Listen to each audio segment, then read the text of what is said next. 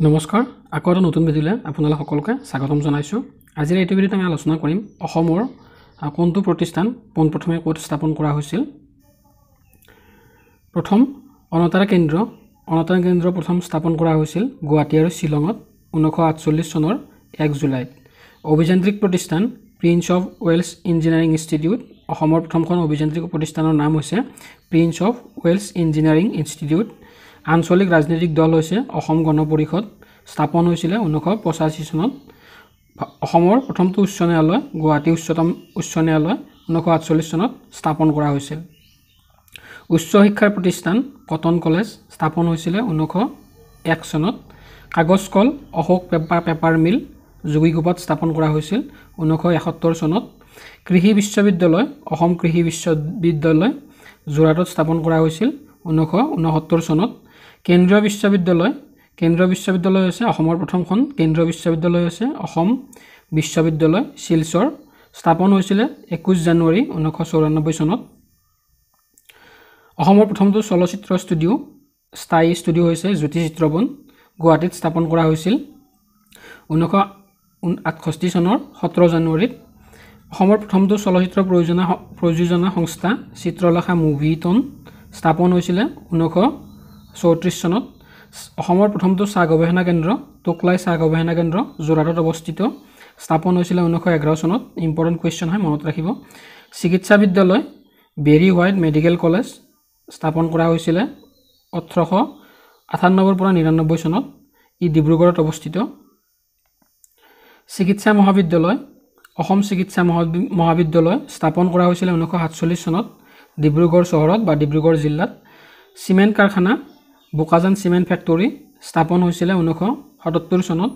চেনিকল বৰুৱা বামুণ গাঁও সমবায় চেনিকল স্থাপন হৈছিল 1955 চনত গোলাঘাট ডিষ্ট্ৰিক্টত। ছপাশাল মিছন প্ৰেছ ছপাশাল অসমৰ প্ৰথমটো ছপাশাল 15 নৱেম্বৰ 1941 চনত স্থাপন কৰা হৈছিল। দৃষ্টিহীনসকলৰ বাবে বেইলি পুথিভঁৰাল স্থাপন কৰা হৈছিল গুৱাহাটীত স্থাপন কৰা হৈছিল আৰু সেই পুথিভঁৰালটোৰ নাম হৈছে দৃষ্টিহীন বেইলি পুথিভঁৰাল আৰু তথ্য কেন্দ্ৰ। নৰ্মাল স্কুল হৈছে যোৰহাট নৰ্মাল স্কুল স্থাপন কৰা হৈছিল 1906 চনত যোৰহাট ডিষ্ট্ৰিক্টত। নাৰ্ছিং হোম অসমৰ প্ৰথমখন নাৰ্ছিং হোম হৈছে Assam medical corporation private limited nursing home and polyclinic গুৱাহাটীত স্থাপন কৰা হৈছিল 1966 চনত। প্লাইড ফেক্টৰী অসমৰ প্ৰথমটো প্লাইড ফেক্টৰীৰ নাম হৈছে Assam railway and trading company প্লাইড factory স্থাপন কৰা হৈছিল মাৰ্ঘেৰিটাত 1925 চনত।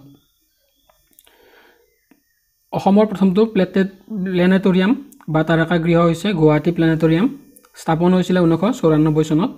বহুভাষিক অনলাইন অভিধান হৈছে শব্দ 2000 চনত মুকলি কৰা হৈছিল।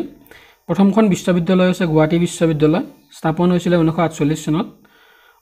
অসমৰ মেইন নদী ব্ৰহ্মপুত্ৰৰ ওপৰত প্ৰথম দলংখন হৈছে শৰাইঘাট দলং 1962 চনত ইয়াক স্থাপন কৰা হয়।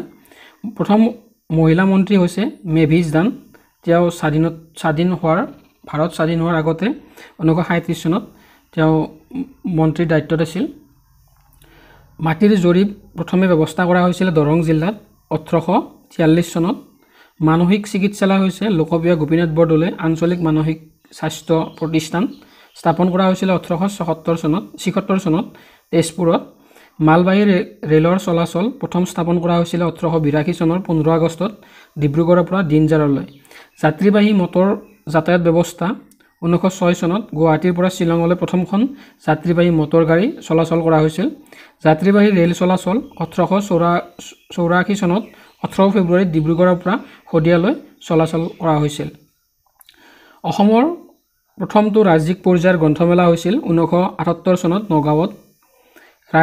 অসমৰ ৰাষ্ট্ৰীয় পৰ্যায়ৰ প্ৰথমখন গ্ৰন্থমেলা হৈছিল 1884 চনত গুৱাহাটীত। অসমৰ প্ৰথমটো লোক আদালত হৈছে হাজোত অৱস্থিত। অসমৰ প্ৰথমটো শোধনাগাৰ হৈছে ডিগবৈ তেল শোধনাগাৰ স্থাপন হৈছিল 1901 চনত। সমবায় সমিতিৰ অসমৰ প্ৰথমটো সমবায় সমিতি হৈছে শ্বিলং সমবায় টাউন বেংক স্থাপন হৈছিল 1904 চনৰ 23 ছেপ্টেম্বৰত। অসমৰ প্ৰথমটো সাৰ কাৰখানা হৈছে নামৰূপ সাৰ কাৰখানা। নামৰূপ সাৰ কাৰখানাটো স্থাপন কৰা হৈছিল 1 জানুৱাৰী 1970 চনত। অসমৰ প্ৰথমগৰাকী স্নাতক ডিগ্ৰীধাৰী ব্যক্তিৰ নাম হৈছে আনন্দৰাম বৰুৱা। মনত ৰাখিব, তেওঁ 1869 চনত তেওঁ প্ৰথম স্নাতক ডিগ্ৰী লাভ কৰিছিল। তো আজিৰ ভিডিঅ'টো ইমানখিনিয়ে, ধন্যবাদ।